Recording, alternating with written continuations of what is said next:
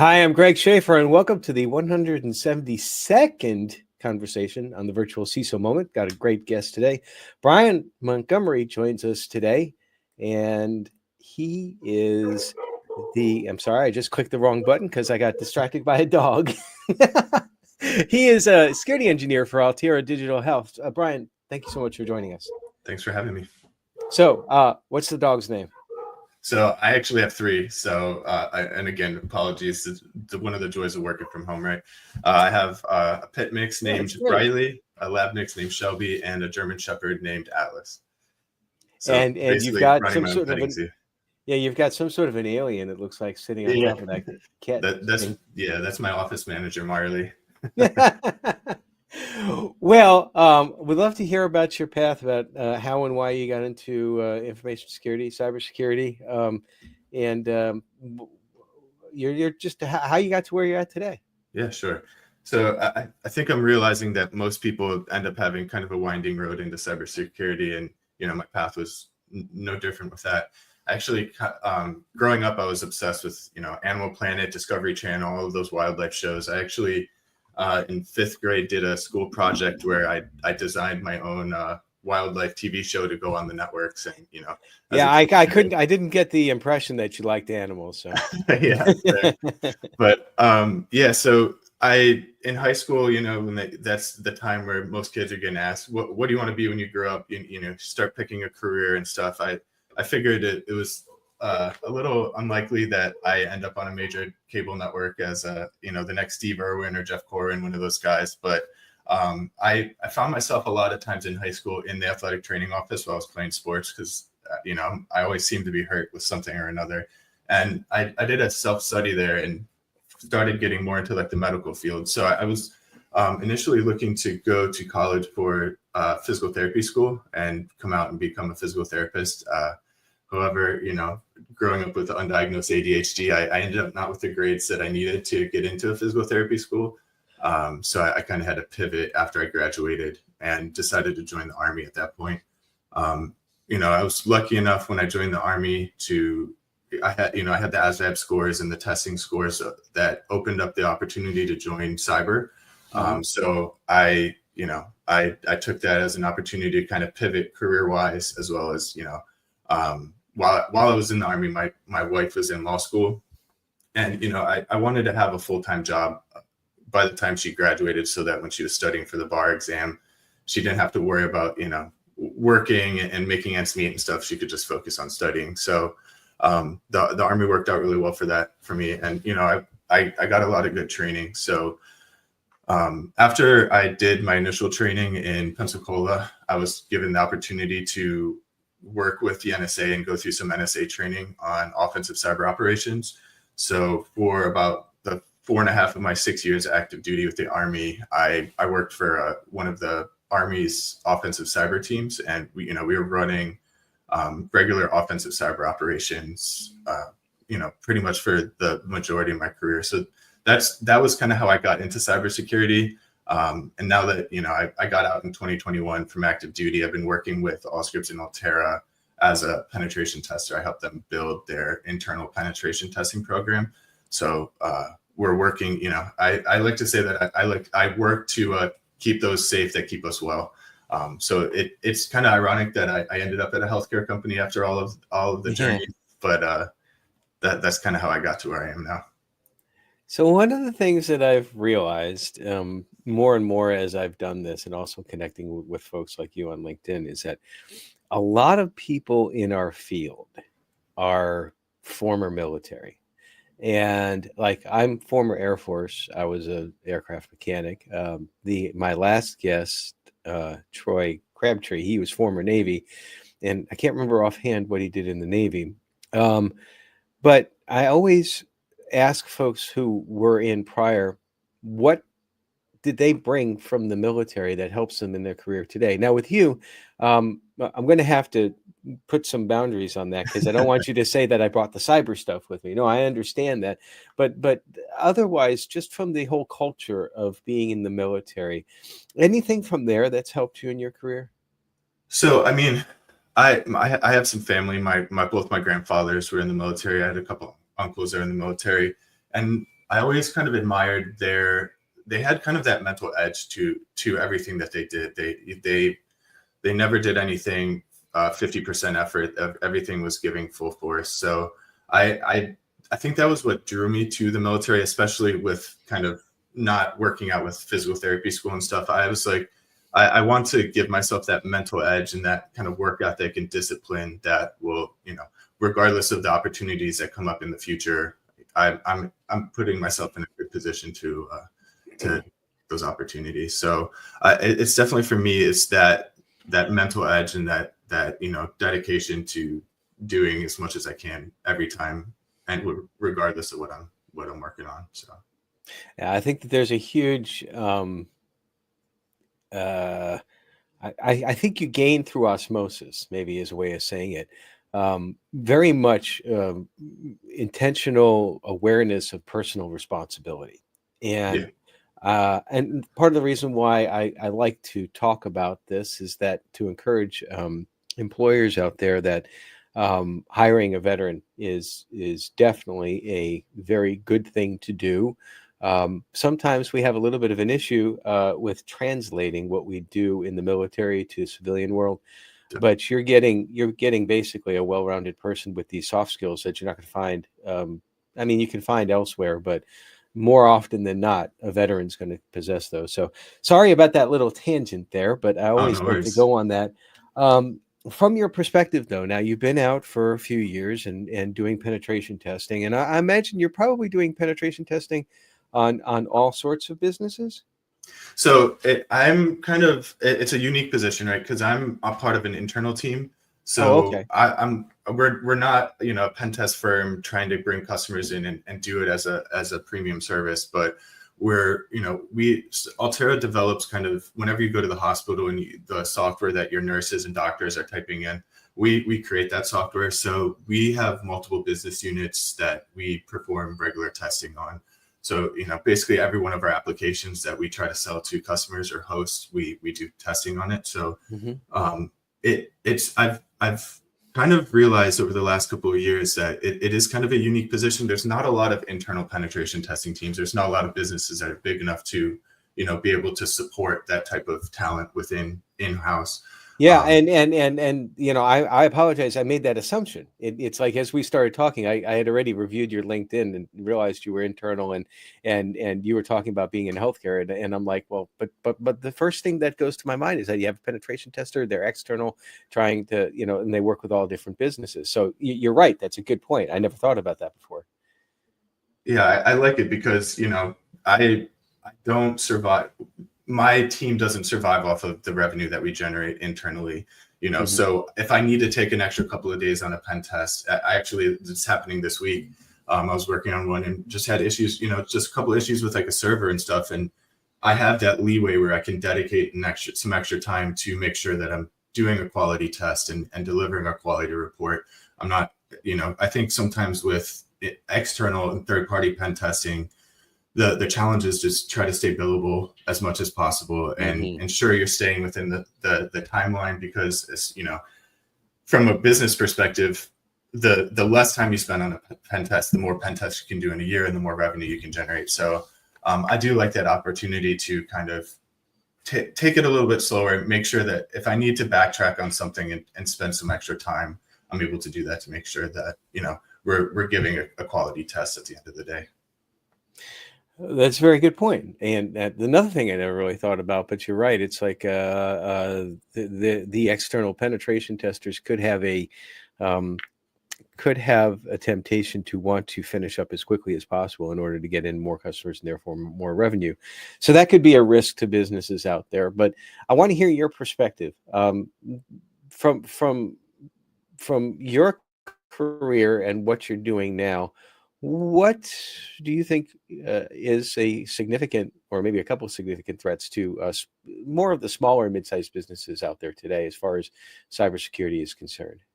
So I think, with the work I do on a daily basis, it probably wouldn't be too surprised to just say, just the overwhelming number of threat actor groups, hackers out there that they spend all day, every day trying to figure out ways to bypass security controls. So it's that cat and mouse game that we have in cyberspace, that as soon as we make a move as the cyber defenders and organization, hackers are looking for a way to bypass it. So, that need to, we talk a lot about, cyberspace being an extremely dynamic, a quickly evolving field and industry to work in, but it's also that adds challenge to businesses, especially small and mid-sized businesses that don't have the resources, right, to have a fully fledged, internal security team. So I do think, as much as we can look at statistics and say, ransomware is on the rise, especially in healthcare, stuff like that. Hackers, there's certain groups that might specialize in ransomware. There's certain that might specialize in initial access and selling access as an access broker. But the trouble I see is that there's, thousands, tens of thousands, millions even of threat actors out there that are actively trying to break into networks. Mm-hmm. And they're, like I said, dedicating all of their time and energy to it. So it makes it hard for small and mid-sized businesses to keep up with it, or even to get a good start on it, right? So as soon as you start falling behind with stuff, you have to work that extra bit, even harder to catch up, and then to stay caught up is a challenge, especially when, like I said, a lot of teams or a lot of small businesses don't have dedicated resources that are staying up on threat intelligence, are ensuring that patching is getting done right, and all of the configuration issues. It's a big gap, especially when you think about businesses have to make money at the end of the day to survive. Right. So it's always hard to take that investment and invest into cybersecurity when it comes to human nature, right? We tend to hope for the best, and we, especially if we don't understand threats very well, or we don't understand cybersecurity, information security technology, it's like, how do you comprehend like what ransomware is if you don't know what malware is, for instance, and how do you then justify spending money on something that you don't understand? I think we're getting better as an industry with that, and I take a lot of effort to try to be a steward of cybersecurity, information security concepts. To help people understand that, because at the end of the day, if businesses don't adequately understand the risks that they're faced with, they're not going to take the time, effort, and monetary investment to fix things as they should be. So what is one thing that we can do today in our industry to help improve that awareness? I'm a firm believer that we as an industry, information security, we're not doing a good enough job addressing small and mid-sized businesses. We tend to like put them in a bucket and say the risk is all about third-party risk management, and then we put it on the shoulders of the big corporations like your Bank of America's and all of that. But in reality, the source of the problem is the small and mid-sized businesses, and yet us as an industry, we don't seem to be taking on that responsibility. I like the fact that you mentioned that you like to be a good steward of information security to try to get that information out there. But what's something that, do you have any ideas for our industry, something that we can do to help maybe promote more a culture in our industry for helping small and mid-sized businesses? So I would say, as tough as it is, right, to generate interest in cybersecurity related topics, there's a lot of times where I start trying to talk about it with somebody, and you just see, their eyes glaze over. Mm-hmm. It's almost like they're back in math or history class in school, right? And they're like, all right, this is a little bit over my head. I don't want. Hey, wait a minute! I liked history class. Yeah, proofs, and but everybody has that subject, and it's tough to, especially with small and mid-sized businesses. They don't have enough hours in the day just to handle the stuff that they do understand well, or from just a regular business running a business standpoint. So for me, what I found success in, rather than doing, and again, coming from the military, I'm sure you're used to those, every year you have, it seems like countless hours of, boring PowerPoint slides that are required training. Death by PowerPoint. Yes. Yes. And, if I found a lot of success kind of framing those trainings in the perspective of a hacker, So for instance, at Altera, I did a phishing awareness training, and rather than, just going, phishing is one of the most common attacks that, target businesses out there, and, don't click on links, don't download this. It gets monotonous for people, especially again, if they don't have a particular interest in security and technology. So I found that, going like, hey, I framed my phishing training in, this is how, hackers out there will attempt to attack you with phishing. So we talked about kind of the methodologies that hackers use, and the things that they look for, the way that they build their attacks. And I think it's more engaging that way. And I think that's a key thing into helping get people to get the understanding and get the knowledge necessary. Is we have to make it engaging, we have to make it interesting, and we have to make it relatable to what they're doing, right? As much as everybody uses email on a regular basis, it's if they can understand, like, there might be somebody right now out there in another country or just another area of the world that's actively trying to trick me with a phishing email, and they're researching me, they're crafting specialized content to get me to click on a link or download a file. It doesn't necessarily, I try to stay away from the scare tactics, but making them understand, like, there are people out there actively trying to perform these attacks on us. And having that understanding and that context, like, okay, they're working really hard to trick me right now. So I need to make sure that I internalize some of this information and kind of keep it in the back of our heads as we're going through our busy days, trying to run businesses. Yeah, that's a great piece of advice that I'm going to have to cogitate on a little bit more. And I'm so happy I got to use the word cogitate today. The idea of security professionals enhancing their storytelling skills, because you're right, we all have great stories to tell, and no matter what part of info or cyber that you're in, some of this can be really fascinating. But what we tend to do sometimes, tell me if you disagree, but we tend to, when we start telling stories, we get a little bit too technical, and then you get the deer in the headlight look, or the class that nobody paid attention to. Like I said, I liked history, but I didn't like Latin too much. Had to take a quarter of Latin when I was in middle school, but I digress. I wish I paid more attention, since all of the Western languages have roots in Latin. I don't know if we're ever going to get to that point, but I think that storytelling is a soft skill that across the entire spectrum, up and down. It's not just a CISO thing or anything, but that could be something that folks could maybe learn to do a little bit more. Do you consider yourself a decent storyteller? Well, I like to talk, so I think in some aspects I've gotten some practice with that.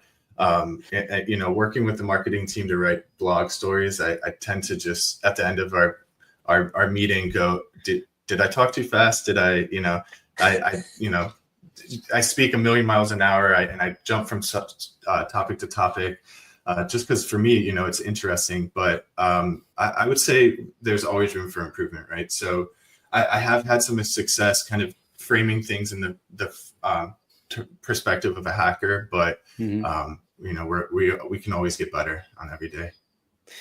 Well, I imagine that in your daily life, you've got a lot of stress involved, because you're trying to find things so that you can ensure that they're fixed before others, bad people, find those things.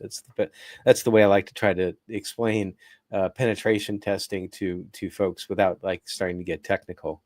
That's probably about as untechnical as I can get. We're finding things, but it can be stressful, because particularly it's like, well, did I do a good enough job? And I will commend your employer for giving you the little bit more of a leeway as far as timing goes, so that you can do the job correctly instead of checking a box. That's a hugely important thing.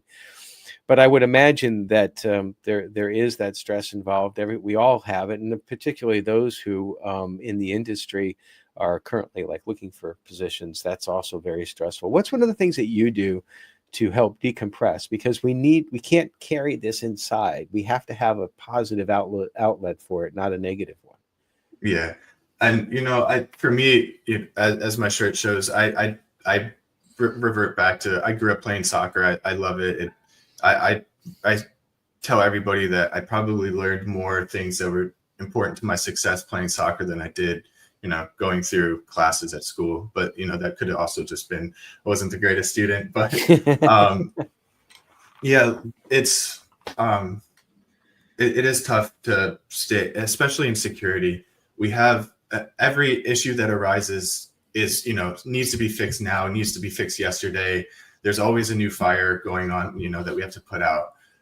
But soccer for me, because I enjoy teaching, I enjoy sharing knowledge. So coaching soccer, as much as it's very stressful as well, dealing with a bunch of high schoolers or middle schoolers and I can only imagine hurting cats on the soccer field, it gives me that outlet to I can unplug from the technology and from the new 0 day that just came out, or the patch that we didn't apply, or whatever it might be. So I know a lot of times in your podcast we talk about physical activity being an important part of being able to unplug and recharge our batteries. So I probably overload myself a little bit, and I'm an all gas no brakes type of personality, but playing and coaching soccer is definitely it for me. I had a little bit of a middle school flashback there. I knew by the time I was in 6th grade that soccer was not going to be something for me. I don't know what it is with like legs and trying to control a ball and all that, but I don't have the neurons. I don't have the connectivity. I don't know. Maybe I've got a network problem down there. Maybe I have no idea, but it doesn't fly too well. But you're right. I think physical. So many people come up with that. They say physical activity, and I always like to think that the physical activity, it resets everything, your mind, your body. You just, I can't go a day without doing something physical. If I do miss like working out, I mean, even this morning, I did 45 minutes on my indoor bike trainer while watching Star Trek Voyager. I'm almost done with the series. I'm on episode 8 now of season 7 for anybody who really cares. But I've never seen Voyager straight through. Never watched it when it came out originally, so I'm thoroughly enjoying it. So, but I digress. And I try to make like physical activity fun then too. It's just like, well, I'm riding on the bike, I'm doing the Zwift thing, and I'm watching something. But you're right. Huge stuff. But if I got out and tried to do soccer right now, it would be very stressful for me, and I'd probably end up in the hospital. So yeah, I could definitely attest. Well, what future plans do you have? Are you going to retire from penetration testing and be a soccer coach, or maybe open up a zoo, or what's up? We'll see. Hey, who knows? I might, like I said, my journey into where I got to where I am now is I would never have predicted that I ended up here. So I try not to overly plan and shoot for a particular goal in the future, just because I've found that opportunities for growth and career changes or just having a bigger impact on society pop up kind of randomly. So as much as I would love to, be the next professional soccer coach or something like that, I might end up being, a scuba instructor or something in 20 years. We'll see. But, for me, I might not always know where I'm headed in life, but I try to stay true to, do full effort in whatever I'm doing, and opportunities will arise. I love teaching. I love coaching. So, down the road, maybe an opportunity will arise where I can kind of focus more on that stuff. But I also love doing the hacker thing. So again, I might end up as a CISO in a company. I might end up as a scuba instructor. I might end up finally making my Animal Planet TV series. So we'll just have to keep tabs on me and wait and see. Well, the hacker in me has been a little bit reawakened. I'm reading a book called Cali Purple. It's by Carl Lane, and it's like a really, really long book, but he goes through and talks about all the different tools that are available in Cali. And I mean, I grew up with some of these and much, much less sophisticated iterations. And the more I'm reading, the more I'm like, I've got to set up a Kali server again. I've done it every now and then, but never paid attention, put enough time in it. But man, there's a lot of things you can do. And boy, there's a lot of bad things you can do. You got to be very Yeah. careful. Talk about personal responsibility, right? Yep. So, well, Brian, it's been an absolute pleasure having you on this morning. I appreciate you taking the time to chat with us. And it's, again, thank you for your service and thank you for your perspective of military transition through and for all that you're doing as far as trying to be a good steward in information security. Thanks. And everybody, stay secure.